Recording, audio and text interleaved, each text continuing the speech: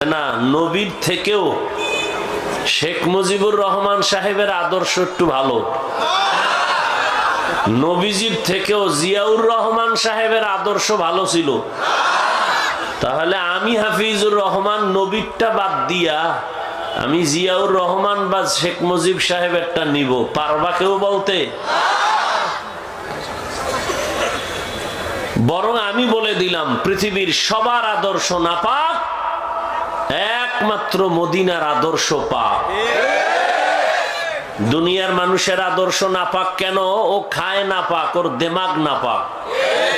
3 বেলা ভাত খাইয়া মদের বোতল নেয়, গাঞ্জা খায়, দাবি করে বুদ্ধিজীবী, চেহারার মধ্যে মানুষত্ব বলতে নাই। জুলুম করতে করতে জালেমের চেহারা হিংস্র প্রাণীর থেকেও খারাপ হয়ে গেছে।